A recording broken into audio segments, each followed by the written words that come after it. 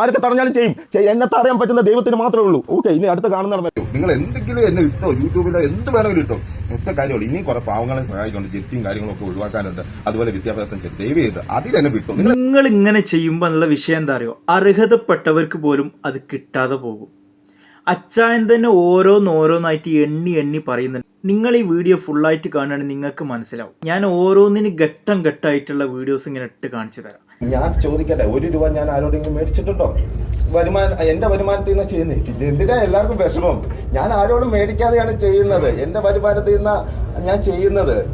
നാളെ ചെയ്തില്ലെന്നേ ഉള്ളൂ. അല്ലെങ്കിൽ ചെയ്ത കാര്യങ്ങൾ കംപ്ലീറ്റ് ആയിട്ട് ആത്മാർത്ഥമായിട്ട്. ഇത് മാത്രമല്ല, ജപ്തി, അതുപോലെ വീട് പണി, അതുപോലെ വിദ്യാഭ്യാസം, അന്നദാനം ഉൾപ്പെടെ, കല്യാണം, ഇതെല്ലാം ഞാൻ ചെയ്യുന്നുണ്ട്. നിങ്ങൾക്കറിയാലോ. ഇതിൽ നാളെ നിർത്തണമെങ്കിൽ ഇവര് പറഞ്ഞു തന്ന പിള്ളേരുടെ പേര് ഞാൻ നിർത്തണ കാര്യം. നിങ്ങൾ ചെയ്യുന്നതിനോടൊന്നും ആർക്കും ഒരു പരാതിയില്ല. ഞാൻ എൻ്റെ അഭിപ്രായമായിട്ടോ പറഞ്ഞത്.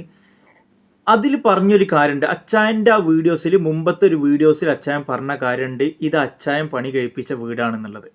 അച്ചായൻ ഒരൊറ്റ കാര്യത്തിന് അതിന് ക്ലാരിഫിക്കേഷൻ കിട്ടേണ്ട ആവശ്യമുള്ളൂ. ഇത് നിങ്ങൾ കഴിച്ചു കൊടുത്ത വീടാണോ, A to Z കാര്യങ്ങൾ, അതല്ല പകുതി ക്യാഷ് നിങ്ങൾ ഇറക്കിയതാണോ എന്നുള്ളത്. അത് മാത്രമല്ല, ഞാൻ ഈ കാര്യത്തിൽ ഞാൻ എന്തായാലും അച്ചായൻ്റെ ഭാഗമാണ് ഞാനുള്ളത്. പക്ഷേ ഒരൊറ്റ കാര്യത്തിന് അച്ചായ ഇതിന് തെളിവ് തന്നേ പറ്റുള്ളൂ. അച്ചായന് ഒരൊറ്റ കാര്യം ഒന്നിൽ വന്ന് പറയാം, അത് മാതിരിയായിരുന്നു, ഞാൻ എത്ര ബാക്കി ക്യാഷ് കൊടുത്തു എന്ന് പറഞ്ഞാൽ മതി. അതാണ് അച്ചായൻ്റെയൊക്കെ പറ്റിയ തെറ്റ്. കാരണം നമുക്ക് എല്ലാ കാര്യങ്ങളും അച്ചായൻ ചെയ്യുന്നത് തെറ്റാണ് എന്ന് പറയാൻ പറ്റില്ല. അച്ചായൻ്റെ ക്യാഷ് എടുത്തിട്ട് അച്ചായന് ചെയ്യുമ്പോൾ അച്ചായൻ്റെ ബിസിനസ്സിന് ബിൽഡ് ചെയ്യാൻ നോക്കും. കാരണം എന്തായാലും അയാൾ മറ്റുള്ളവരെ കയ്യിൽ കൊണ്ടുപോയിട്ട് ലക്ഷക്കണക്കിന് രൂപ കൊടുക്കുന്നത് നമ്മൾ കാണുന്നതാണ്. ഏറ്റവും കുറഞ്ഞ 15 ദിവസത്തെ ഭക്ഷണത്തിലുള്ള സാധനങ്ങളും അച്ചായൻ കൊണ്ടു കൊടുക്കുന്നത് നമ്മൾ കാണുന്നതാണ് വീഡിയോസിൽ. അത് എന്തിനോ ആട്ടെ, അത് പ്രൊമോഷൻ ചെയ്യുന്ന ആൾക്കാർക്ക് പ്രശ്നമില്ല, ചാരിറ്റിൻ്റെ വീഡിയോ ചെയ്യുന്ന ആൾക്കാർക്ക് പ്രശ്നമില്ല, അത് വേങ്ങുന്നവർക്ക് പ്രശ്നമില്ലെങ്കിൽ ഈ കാണുന്ന നമുക്കാണോ പ്രശ്നം? അപ്പോൾ നിങ്ങൾ പറയാം അത് അവരെ സാഹചര്യം കൊണ്ട് മേടിച്ചു പോവാണെന്നുള്ളത്. ആയിക്കോട്ടെ, അയാളെ കയ്യിലുള്ള ക്യാഷ് എടുത്തിട്ട് ഇങ്ങനെ പാവപ്പെട്ടവർക്ക് കൊടുക്കുമ്പോൾ അയാളെ ബിസിനസ് ബിൽഡ് ചെയ്യാനേ നോക്കൂ. ഇതിലൂടെ ഇപ്പം മറ്റുള്ളവർ ഗീവ് അവേ കൊടുത്തുകൊണ്ട് അവരെ ബിസിനസ്സും അവർ ഇൻസ്റ്റഗ്രാം ഐഡികളും ബൂസ്റ്റ് ചെയ്യുന്നത് പോലെ അച്ചായൻ്റെ ബിസിനസ് ഇതുമാതിരി 4 ആളെ ഇടയിൽ അറിയാൻ വേണ്ടിയിട്ടും അച്ചായൻ്റെ കടയിൽ ബിസിനസ് നടക്കാൻ വേണ്ടിയിട്ടും ചെയ്യുന്നതായിരിക്കാം. അതിന് ഒരുപാട് പാവപ്പെട്ടവരെ കണ്ണീരുകൾ അച്ചായൻ അതിൽ തുടച്ചു നീക്കുന്നുണ്ട്. അതെന്താ നിങ്ങൾ മനസ്സിലാക്കാത്തത്? എത്രയോ പാവപ്പെട്ടവരാണ് അച്ചായൻ്റെ സഹായം കൊണ്ട് കെയ്ച്ചിലായവർ. അതിന് ചിലപ്പോൾ അതിൻ്റെ പിന്നിൽ ഒരുപാട് കഥകൾ ഉണ്ടായിരിക്കാം. ചിലപ്പോൾ അവരോട് കാലിൽ വീകണമെന്നോ, സെൻറ്റി അടിക്കണമെന്നോ, അല്ലെങ്കിൽ കരയണമെന്നോ ഒക്കെ പറഞ്ഞിട്ടുണ്ടാവും. ആ ചെയ്യുന്ന ആൾക്കാർക്ക് അതിന് പ്രശ്നമില്ല എന്നുണ്ടെങ്കിൽ പിന്നെ നമുക്ക് എന്തിനാ പ്രശ്നം? കാരണം ഇപ്പം ഞാനോ നിങ്ങളോ അധ്വാനിച്ചതിൽ നിന്ന് പകുതി പൈസ എടുത്ത് ആർക്കെങ്കിലും കൊടുക്കുമോ? ഇനി കൊടുക്കുന്നുണ്ടെങ്കിൽ തന്നെ നമ്മൾ എന്തെങ്കിലും തുച്ഛം ക്യാഷ് കൊടുക്കുന്നവരുണ്ട്, ഇല്ല എന്ന് പറയില്ല. 100-ൽ 1% പേര് ആരും അറിയാതെ ഒരുപാട് എമൗണ്ടുകൾ പാവപ്പെട്ടവർക്ക് കൊടുക്കുന്നവരുണ്ട്. പക്ഷെ ഒരു ബിസിനസ് നടത്തുന്ന ഒരാൾ അയാളെ ബിസിനസ് പ്രൊമോഷൻ ചെയ്യാൻ തന്നെ അയാൾ നോക്കൂ എല്ലാ വീഡിയോസിലും. ഇനി അടുത്തൊരു വീഡിയോ നമുക്ക് കാണാം. കാരണം നിങ്ങളിങ്ങനെ അയാളെ വിമർശിക്കുമ്പോൾ വിഷയം എന്താ അറിയോ, ഒരുപാട് പാവപ്പെട്ടവർക്ക്, അല്ലെങ്കിൽ വീടില്ലാത്തവർക്ക്, അല്ലെങ്കിൽ വീടിൻ്റെ പൈസ കൊടുക്കേണ്ടവർക്കൊക്കെ ഇതിന് പ്രശ്നങ്ങൾ വരും. പഞ്ചായത്തിൽ നിന്ന് കിട്ടിയാന്ന് പറഞ്ഞിട്ട് കാര്യമില്ല. വീടിനൊക്കെ തൊടാൻ പേടിയാ. കാരണം എവിടുന്ന് ഇനി അടുത്ത ട്രോള് വരുന്നത് അറിയില്ല. എന്ത് ഉപകാരം ചെയ്താലും ഇത് തന്നെയാണ്. പഞ്ചായത്തായാലും ആരായാലും നമ്മൾ നല്ല കാര്യം ചെയ്യുമ്പോൾ നമുക്ക് ഇതേ വരുള്ളൂ, അല്ലേ?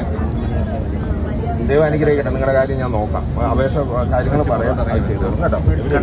ഇതിനി എന്തോ ആയിക്കോട്ടെ, അത്രയും പബ്ലിക്കിൻ്റെ ഇടയിൽ അച്ചായൻ്റെ ആൾക്കാർ ക്യാമറ പിടിച്ചിട്ട് അച്ചായൻ ഇങ്ങനത്തെ ഒരു കാര്യം പറയണമെന്നുണ്ടെന്നുണ്ടെങ്കിൽ ഇതാണ് അവസ്ഥ വരിക. ഇതാണ് ഞാൻ പറഞ്ഞത്. നിങ്ങളൊന്ന് ആലോചിക്കണം. പഞ്ചായത്തിൽ നിന്ന് അല്ലെങ്കിൽ മുനിസിപ്പാലിറ്റിയിൽ നിന്ന് ഒരു 4-5 ലക്ഷം കിട്ടിയാൽ 600 സ്ക്വയർ ഫീറ്റ്, ഏറ്റവും ചെറുതൊരു വീട് നിങ്ങൾ ഉദ്ദേശിച്ചോളൂ, ചെറിയൊരു വീട്, 2 റൂമിലെ ചെറിയൊരു വീട് നിങ്ങൾ പ്രതീക്ഷിച്ചോളൂ. ഒരു 600 സ്ക്വയർ ഫീറ്റിൻ്റെ വീടാണെന്നുണ്ടെങ്കിൽ ഒരു 700 വേണം. എന്നാൽ 600 നിങ്ങൾ കൂട്ടിക്കോളൂ. 600 സ്ക്വയർ ഫീറ്റ് വീടുണ്ടാക്കണമെങ്കിൽ 4 ലക്ഷം കൊണ്ട് തയ്യോ? ഒരിക്കലും തയ്യില്ല. അപ്പോൾ ബാക്കിയുള്ളതാണ് ഈ അച്ചായൻ കൊടുക്കുന്നത്. പക്ഷേ ആ അച്ചായൻ അത് കൊടുക്കുമ്പോൾ അത് അച്ചായൻ ഉണ്ടാക്കി കൊടുത്ത വീടാന്ന് പറയരുത്.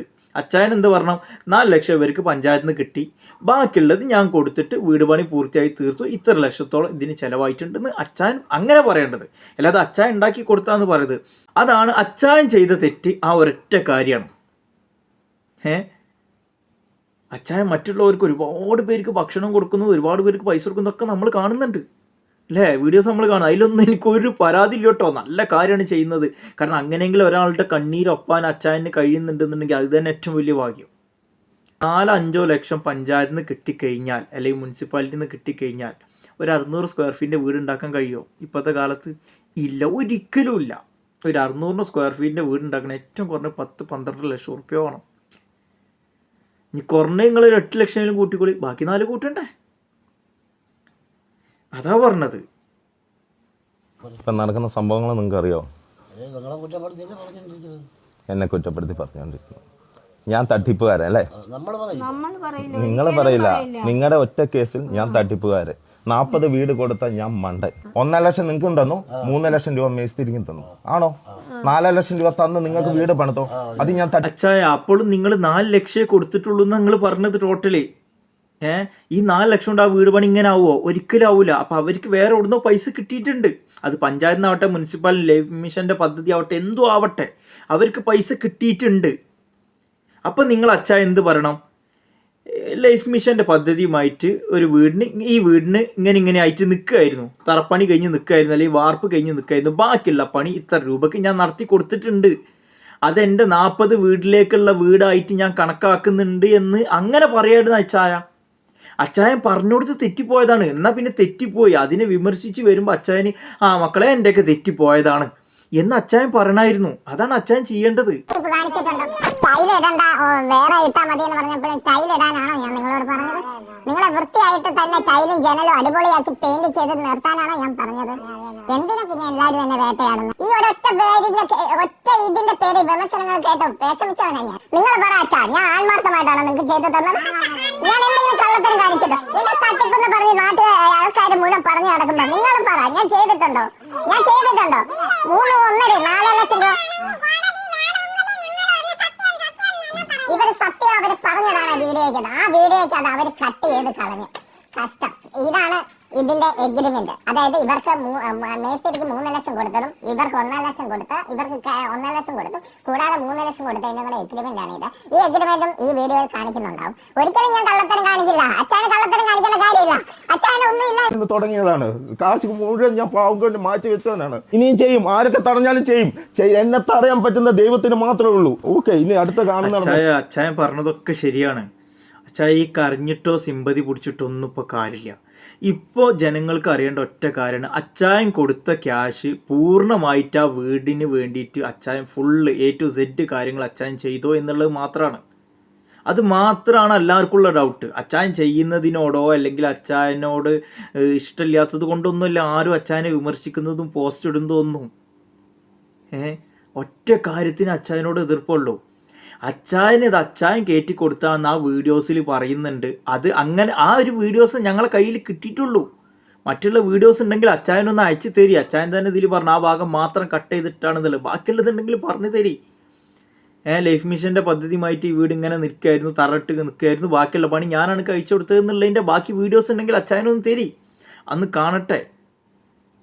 പക്ഷെ അച്ചായനെ വിമർശിച്ചാലും അച്ചായൻ ഈ ചെയ്യുന്ന പ്രവൃത്തി, അത് ഇനി 4 ആവട്ടെ 2 ആവട്ടെ 3 ആവട്ടെ, പാവപ്പെട്ടവർക്ക് ഒരു നേരത്തെ ഭക്ഷണം ആവട്ടെ, അതിന് ഞാൻ അച്ചായന് ഞാരെന്നെ എന്തെന്നെ പറഞ്ഞാലും ഞാൻ സപ്പോർട്ട് ചെയ്യും.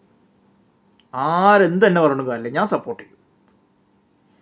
ഒറ്റ കാര്യത്തിൽ അച്ചായനോടൊക്കെ എതിർപ്പുള്ളൂ. ആ വീട് അച്ചായൻ ഫുള്ളായിട്ട് പണി കഴിപ്പിച്ച് കൊടുത്തതാണോ, അതിൽ മറ്റൊരാളുടെ പൈസ അല്ലെങ്കിൽ പഞ്ചായത്തിൻ്റെയോ മുനിസിപ്പാലിറ്റീൻ്റെയോ അല്ലെങ്കിൽ മറ്റേതെങ്കിലും രൂപത്തിലുള്ള ക്യാഷ് വന്നുകണോ ഇല്ലേ എന്നുള്ളത് മാത്രമേ അറിയണ്ടുള്ളൂ. എന്തായാലും അച്ചായൻ്റെ ഈ പ്രവർത്തികൾ തുടർന്നുകൊണ്ടിരിക്കട്ടെ, അത് മാത്രമേ പ്രാർത്ഥനയുള്ളൂ. അച്ചായനക്ക് എന്നും ബിസിനസ്സിലും ജീവിതത്തിലും സന്തോഷവും സമാധാനവും സ്വസ്ഥതയും ഒക്കെ വരട്ടെ. ഇതുപോലെ ഇനി ഒരുപാട് പേരെ സഹായിക്കാനുള്ള മനസ്സും അതിനുള്ള സാമ്പത്തികവും അച്ചായനുണ്ടാവട്ടെ എന്ന് പ്രാർത്ഥിക്കുന്നു.